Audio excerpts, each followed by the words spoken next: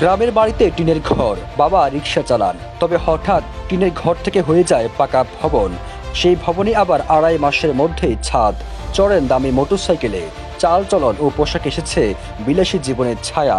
তাদের সংসারে অভাব কখনো পিছু ছাড়েনি। তারা হঠাৎ বাড়ি নির্মাণ করায় এলাকায় শুরু হয় আলোচনা। বলছি গুলশানে চাঁদাবাজির ঘটনায় গ্রেপ্তার আব্দুর রাজ্জাক রিয়াদের কথা, যার নীতিকথার আড়ালে ছিল ভয়াবহ রকমের অপকর্ম।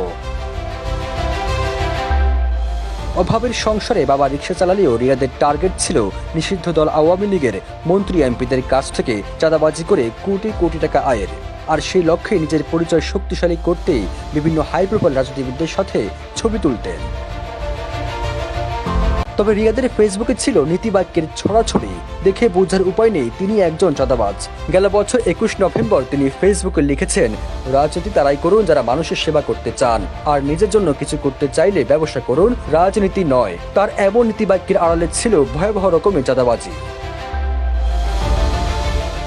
17 জুলাই নিষিদ্ধ দল আওয়ামী লীগের এমপি শাম্মী আহমেদের বাসায় যান রিয়াদ। তাকে না পেয়ে তার স্বামীর কাছে 50 লাখ টাকা ও স্বর্ণালংকার দাবি করেন। এত টাকা দিতে অপারগতা জানালে তাকে হুমকি দেন সমন্বয়ক পরিচয় দেওয়া রিয়াদ।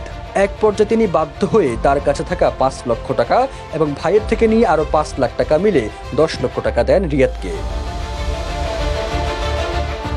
এরপর 19 জুলাই রাত 10:30টার দিকে দ্বিতীয় দফায় রিয়াদ চাঁদার টাকার জন্য শাম্মী আহমেদের বাসায় যান আবার।